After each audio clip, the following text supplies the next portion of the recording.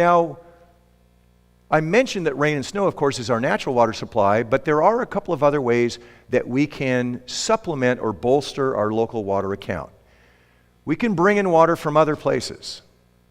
We can stick a big straw, a pipe, or a canal into somebody else's watershed, into somebody else's aquifer, and import that water, bring that water in, transfer that water into our local account, and it's a new deposit in our local water account.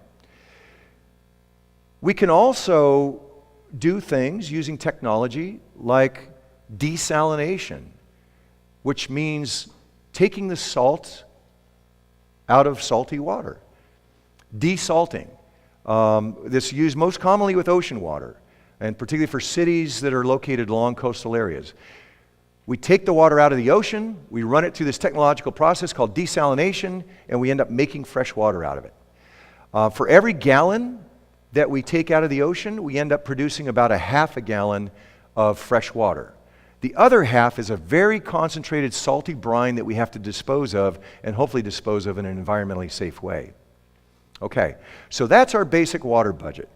Now, we get into trouble when that consumptive loss, the depletion of water, begins to approach or exceed the replenishment. Whether the replenishment is natural or coming in from some other place, it's just a simple supply and demand equation. When in my book and in my teaching with my students at the university, I say, think about this like your personal bank account. If your withdrawals from your bank account, I shouldn't use that term here. If your extractions from your bank account get to the point where they're becoming as large as your deposits or exceeding your deposits, what happens? You become bankrupt. You run out of the funds that are in your account. It's the same is true here with our water accounts. And so this is how we can dry up a river. If our consumptive use is as great as the rate of replenishment, we dry up the river. If our consumptive use of groundwater, of underground water, gets to be as high as or higher than its natural rate of replenishment, the level in the aquifer begins to decline. The water level underground begins to drop, and eventually it drops to a point where we can no longer access it, or at least access it in an affordable way. Now, when we think about that water budget, we also want to be careful to think about how much do we need to leave alone? How much water do we need to leave in the natural ecosystems? Because there are many, many benefits that are being provided by leaving some water alone, leaving water to flow down the river. It provides habitat for fish. Turns out fish can't live without water, as evidenced by this picture. Still can't, even with genetic engineering. Fish are still dependent upon water. But there's much, much other life, of course, associated with flowing waters and with still waters like lakes.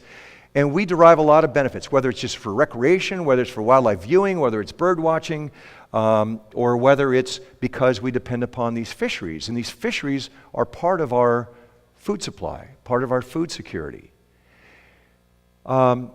This reminds me of a few years ago, my father and I were having a conversation. My father lives in San Diego, and he said, Brian, I think we could solve our water problems here in Southern California if we could just capture more of that water that's running off to the sea and being wasted out in the sea.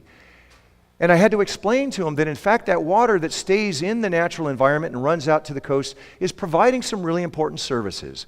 I just mentioned some of them, but one of them is once the water in the river gets out to the ocean, it mixes with salt water in these areas that we call estuaries and forms these magical places that are the most biologically productive ecosystems on our planet. It's where much of our fish and shellfish populations are grown there or born there. So we have to pay attention when we're thinking about our water budgets. We got to think about the question of how much water does the river need? How much water does the estuary need in order to maintain these other values and benefits that our society derives from them?